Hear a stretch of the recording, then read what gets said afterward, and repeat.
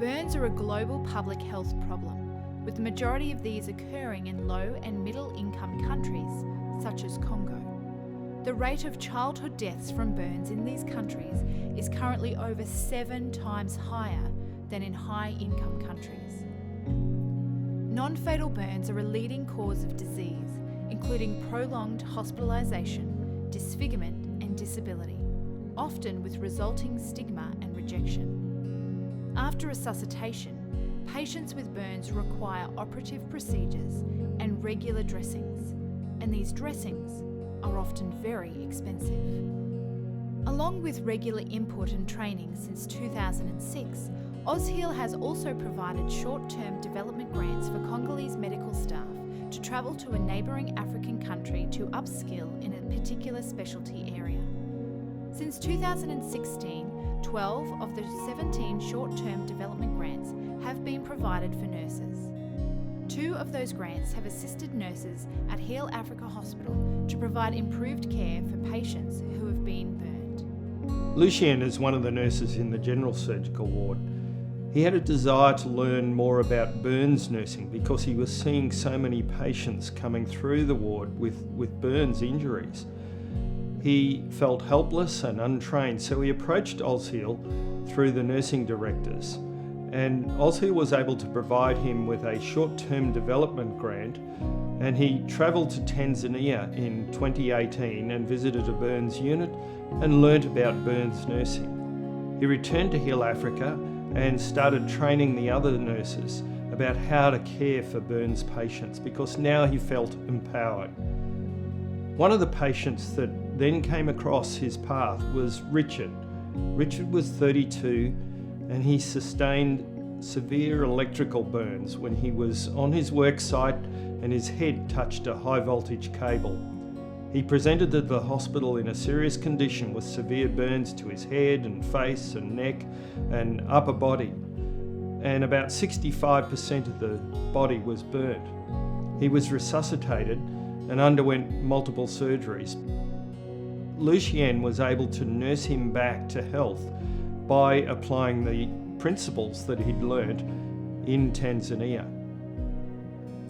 Lito is another nurse who was in the operating room. He wanted to learn more about how to increase the productivity of the operating rooms, so in 2019 AusHeal provided a short-term development grant for him and he travelled to Tanzania.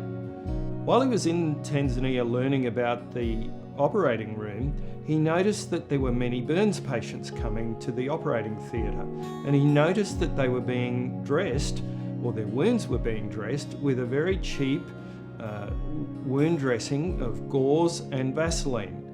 And he thought that they had those products back in Congo. So he asked the staff there to teach him how to make these dressings, and he learnt about that. He came back to Heal Africa Hospital, and not only did he improve things in the operating room, so much so that he was promoted to be the head nurse of the operating rooms, but he also set about making these dressings. And he worked with Lito, and together they were able to manufacture these very inexpensive dressings using local products and continue to dress Richard's wounds. And I'm pleased to report that in January of 2020, Richard was able to be discharged from hospital after the care of these 2 nurses was applied to him, and he's returned to normal activities after 14 months in hospital. Another burns patient that Lucien took a particular interest in was Shabani.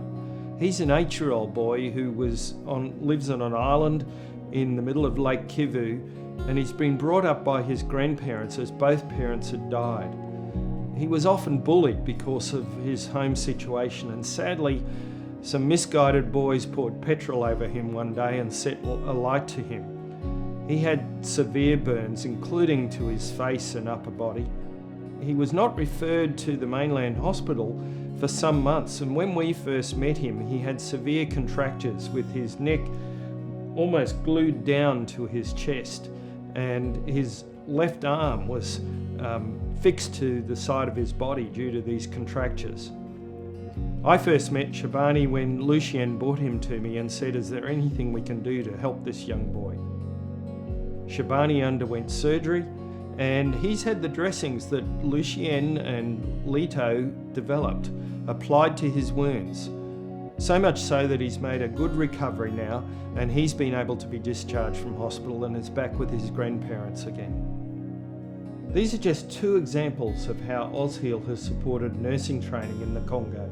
There are many others as well, because AusHeal believes that while it's okay to invest in buildings and logistics and infrastructure, which we do, that by training Congolese staff to improve access to healthcare, that is going to bring transformative change in the Democratic Republic of Congo.